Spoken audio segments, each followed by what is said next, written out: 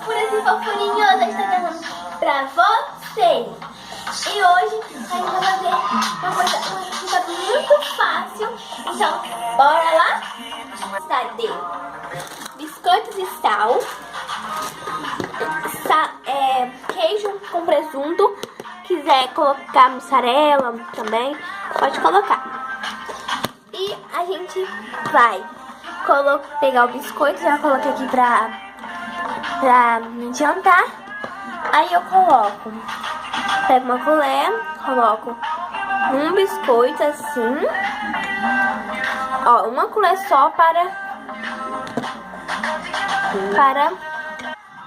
um biscoito, só uma colherzinha. Aí pego o micro-ondas e, gente, não precisa de 30 segundos. Ó, aí eu pego, ó, 10 segundinhos só, pronto. Ela vai tocando, ela vai fazendo. Vamos experimentar. Eu vou pegar esse daqui.